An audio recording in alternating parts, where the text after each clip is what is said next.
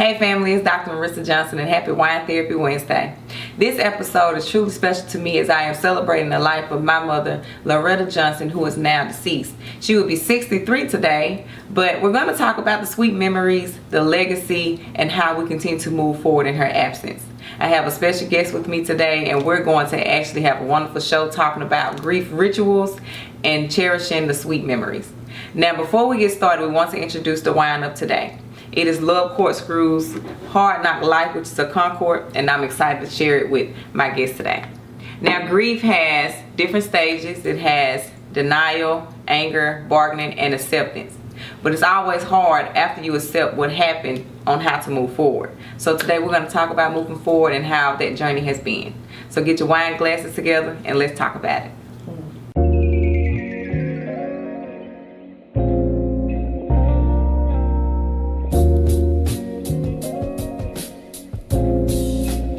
Alright family, so we are here and I'm here with my special guest who is my sister, Sheila Chapman. So we share the same mom, and our mom has been gone a year now. And so today we're going to kind of talk about the sweet memories, which are good for healing. For anybody who doesn't know that, healing is good to talk about the old times, the good times. Talk about your favorite moments because it helps you to feel some sort of healing and positivity as you are going through your grieving process. And the grieving process can last for quite some time.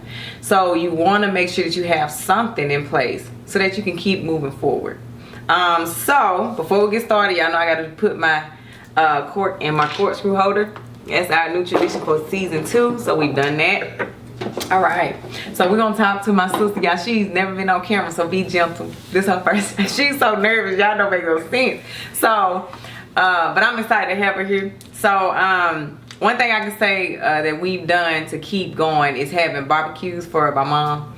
She was like real big on barbecues. I know for her 60th birthday, I want to do her, well, we want to do her like this big nice banquet. I want her to have something really, really nice for her 60th. That's a big deal. And all like her saying, I just want a barbecue.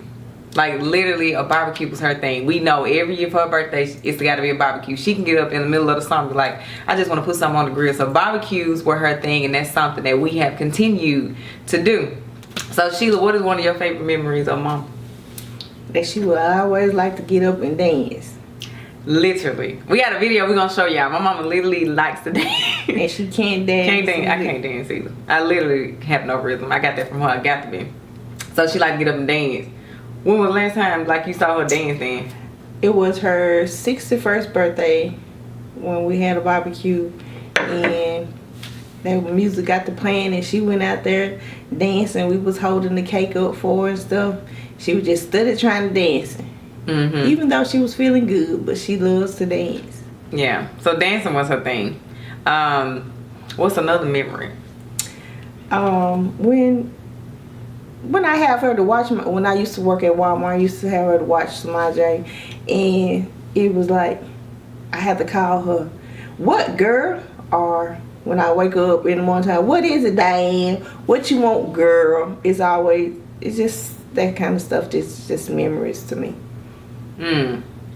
Yeah, that's good. I think she used to do the same thing to all of us. I don't know what it is. Like, she just what? Like, I don't know. It's just her thing of when she kind of responds. But she was real sweet, real nice. But it's just how she did us. It's what we were used to. It's what we know. So there's a memories that we think about. I have literally voicemails of her calling me or saying something, and I keep them. I go back and I play them just to listen to them from time to time. So what is it that you're doing with Majay them now to keep her legs going, like Majay and Jalen? Tell them never. She always told me never depend on anybody. Just go ahead and go in for it for yourself. So I always just try to install that in my children. Go if you want it. Go for it. See, that's where I got the independence from, by the way. You don't like that? Yeah, my mom was really, really independent. She taught us the same. She was a single parent. Your daddy died when? When I was 6 years old. So she had been raising children by herself for a while. Me and Sheila are 16 years apart. So that was a big gap difference as well for us as siblings. But she was very, very independent. She taught us to be independent, and I really continue to carry that on. And for the legacy that I have right now is truly my business, LB Johnson Therapeutics. Laretta for the L, Billy for the B. That's my brother who died in 2015. And so we want to keep our legacy going and continue to be positive. And just remember her in a positive light. Remember the good times. So what else do you want to share about her? Something I don't know, because you're 16 years older than me, so I was definitely not thought of for a while. Well, nothing that she always told me where your mama called. And I'm like, my mama talking about you. Oh yeah. You try to be the mama of the family. I'm like, well, go ahead and listen to your mama. Yes, me. I don't know what, I guess because I used to just tell her what you need to do. It was all good stuff, but she just, I don't know, she thought I was her mama. I'm not, baby, I'm not your mama. Stop telling people I'm your mama. Like, for real. Because they looking at me like I'm crazy. But I used to, like, you know, try to get her together in a nice way. Tell her the right thing to do sometimes when she just don't want to do it. You know, old people get real stubborn. And she was in her prime when she was getting stubborn. So I used to have to kind of put on the right pair of collars, say, mama, do this, do that. And I'm just, so whenever she called, she said, mama called, everybody knew that was me. She would even tell her friends that my mama calling me. I thought it was cute for a little bit, but then it's just like, mom, you making it seem like I'm a bad person. I'm mean, but I'm not. But that was just her way of expressing herself. Another thing I could think of growing up is that she took us on vacations. The one thing I can, she took us on vacations every summer. So Sheila does that now with her children. Where did you take my J last year? Of course, Houston, Texas. Well, we had just moved here. Steve, you childish. We had just moved here, so of course that was his vacation. So we go somewhere every summer. Every summer she took us on a vacation before we went to school. And that's something I want to continue with my children, because I find that is very much a token of love and gratitude, or just like literally giving to your kids. Giving them something before they go back to school, like, you know, treating them, giving them something good. And I want to keep that going. As I do that for myself as an adult, I still go on trips. Especially in the summer, I try to go somewhere, do something, whether it's a girls trip, a vacation, something I want to do, or a family trip. And I think we talked about going to Disney World, or she want to go to Disney World. Disney World. That's where we will probably end up going. But that's something that we want to continue as well. Another thing is just funny. It's funny to me, but it makes me smile every time I pass it, is Denny's. So Denny's was my mama's favorite. I don't know, like when they came here and all these restaurants out here in Houston, they went to Denny's every time. And they still went, like even when they was at other places, I'm going to Denny's to eat. And I'm like, Mom, it's like 1,000 places out here that you can go eat. Literally, baby. It's like restaurants after restaurant. She want to go to Denny's. We went and she had like that was the best meal of her life. So when... Say what? I said we sit at the counter. We ain't sit at the table, we sat at the counter and ate. I'm just like, Mom, she's like, it was good to me. This is what I want. It was a spot. And I'm just like, oh my God. So when I pass a Denny's, I think about my mom. Another thing is that before she passed, she passed in January. So a little bit before that, I think I went home, and she loved seafood. She loved shrimp and she loved crab legs. And I had cooked some for the family. I cooked like a lot. I just thought I was Chef Marissa RD.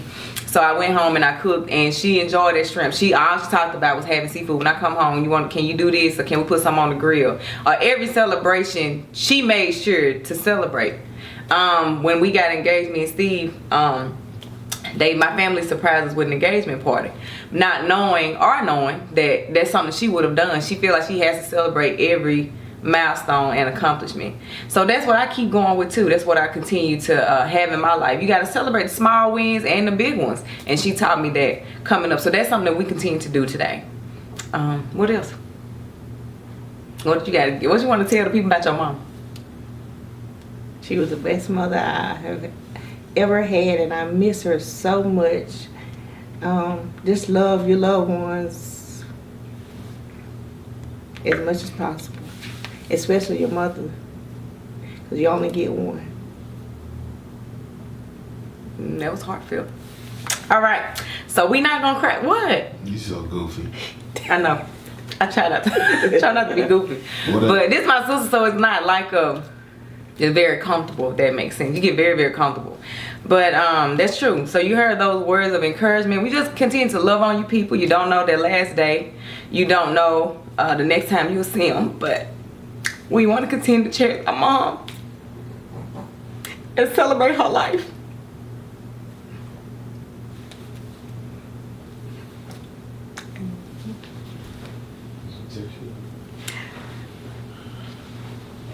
What are some you know, one of the things that I noticed, you know, is that you guys, your relationship have gotten a lot closer.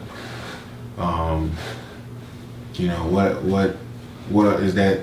Some of the things that help you guys get through this situation. You know, really just coming closer together. You know, I mean, again, 16 years apart is a lot. That's a big difference. So it's a different generational gap.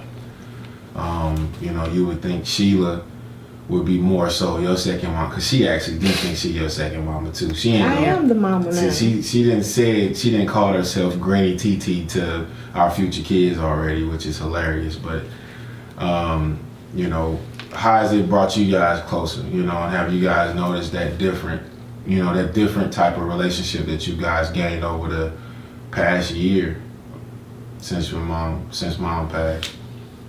Well, we have gotten close. We were already close, but we gotten even closer because it's just us. So we have to keep calling, checking on each other, seeing what needs to be done. You know, you got to keep that going. Not just, well, mama gone, I'm gonna just go my way, and she let her go her way, let her do her thing. You can't do it like that. Same. You know, so I think that, you know, when you really look at that too, you know, I think that brings some type of positivity to, you know, the loss. You know, it's really, you know, you guys are definitely closer than you've ever been, you know, and, you know, I'm closer with you too, Sheila, you know, and, you know, I think that's something that positive that you can take away from it, you know, is that it definitely brought you guys together, and it gave you a growth spurt, you know, in the middle of your life that you didn't think you needed or think was possible, you know. But what are some other things that, you know, you guys have been doing to, you know, keep the legacy of her life going and just move forward, you know, and not be in the same position, you know, and really just kind of moving forward with her memory and love and just continuing to live life? Like, how are you guys coping and getting through those things besides being closer to one another? So, let me see. Well, I know I go to therapy. So therapy is like this big thing that's helping me. But as far as that, just my business, I just put a lot of work into it. Because she dealt with mental illness. So I find it very powerful to help people who deal with that. Because sometimes you feel like you wish you would have helped the person that you couldn't. You tried everything, but there's nothing that you can do. So I put my all into my business that's honored after her, and let her legacy live on, as well as my brothers, to help people in need, to have a healthier mental space. Just be happy, be, you know, joyful, find ways to maneuver through life in a positive way, other than just, you know, swinging it, or just, because all we knew was just praying. But praying is good to pray, but you need more. And so I give people more because of her and my brother. Yeah. What about you, Sheila?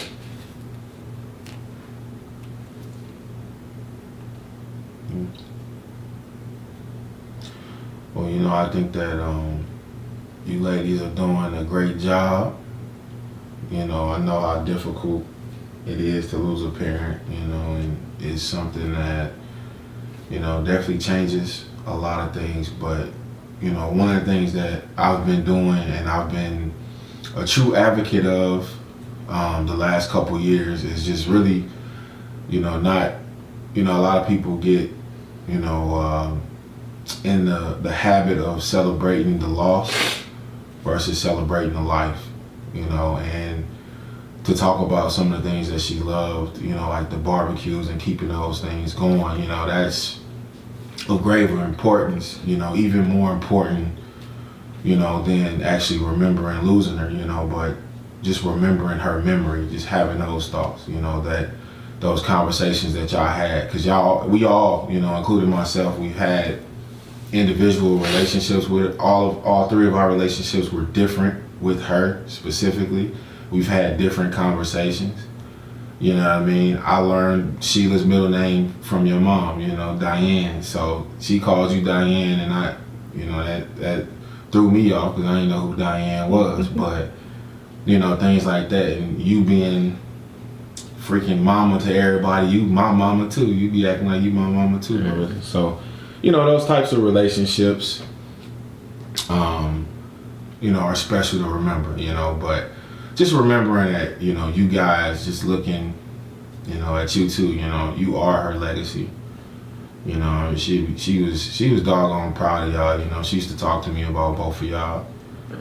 About how crazy y'all was and, you know, all those crazy things too, but, you know, more so I knew that she loved both of y'all, you know, and that she was proud of y'all. And she loved her grandkids. You know, that's some of the stuff that her and I used to talk about, especially early on when we first got close. You know, it was just, you know, different things, how things was and what I was getting myself into. Because I cannot get rid of Sheila since I've been with Marissa. And, you know, she think the vacation is coming to Houston, Texas and messing with Steve. That's their vacation. But, you know, just to wrap it up, you know, I guess I know you guys are dealing with it in your own way, and it's not easy. This is not something that's, you know, one of the things I said, and some people may not understand it, I think we talked about it yesterday, Sheila, is, you know, you really don't, you know, when people pass, you know, people always say it gets better, you know, and it does get better, you know, but more so you just get used to them not being there. So you have to really talk about the life of who they, you know, what they had and who they were to you, and to continue their legacy, because, you know, that really helps, you know, it helps with their memory, you know. But what can you guys tell to other siblings, you know, people who are dealing with similar situations and you guys, you know, that helps you, you know, and I think your bond is a big part of it. But what can you tell everybody else to encourage them? And, you know, I think, you know, Sheila hit it on the head a little bit earlier, you know, as far as loving everyone. But, you know, to wrap it up, to really just pull things into full swing of what can you do to encourage others going through something similar that you are going through? I would say just remember the good times and keep the tradition going. Whatever tradition you got, keep it going if it's positive. If you want to start your own tradition, start it.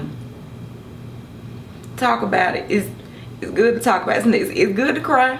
It's not a bad thing, but talk about it. Talk about the memories with your loved one, with your best friends, anybody. Talk about it.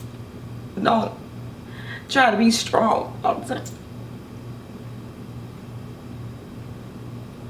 Strong people break down all the time. You just got to just keep the memories going. Just like last night, every time Tina get on the dance floor, I see Laretta, because that's what she liked to do, dance. So. Oh, we had a family reunion this weekend, and she would have been there. Cut up shirt and all. Literally paid money to cut up a shirt, but that was her thing, and she loved her family. So that was everything. And, you know, not to put anything towards y'all memory, but, you know, I think it wasn't necessarily the barbecues. You know what I'm saying? It was more so what happens at those barbecues that's why she loved it so much. You know, it put everybody in a position to be free. Everybody was outside, you know. Everybody was just around her, you know, so she was surrounded by so much love. Family was the most important thing to her. Just being around people, whether she liked you or whether she didn't. She just liked being around you. She liked to have a story to talk about when she leave, and she likes to, you know, reminisce about those things. And she did love to dance, and I found that out my first time meeting her, and I knew she was Marissa's mama, because they can't dance. Can't dance. No. That's just, I don't know what it is. It's something in the Mississippi water that just won't allow y'all to have rhythm. But that was, I think that's what it was. You know, of course she liked barbecue food, but, you know, she loved seeing people drive down that road and come up that driveway and parking all in the grass and sitting out there under them tents. Or sitting on the porch. Yeah. That she wanted. Yep. that I made sure she got. Yep, the porch, you know. But, you know, you guys did an awesome job. Go ahead and wrap it up, Rich. Okay. You guys did great. Well, thank you. So we had a moderator today, everybody. He had to come in and do his thing on the side. But anyway, so I hope that you enjoyed the show, and we continue to celebrate the life today of my mom. And until next time.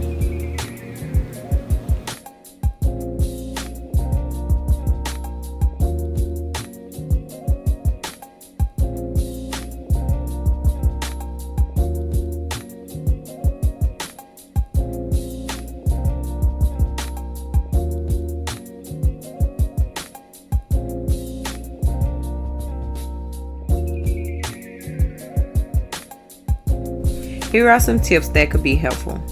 Talk about it, listen to healing music, meditate, or write a letter. Next time on Wine Therapy.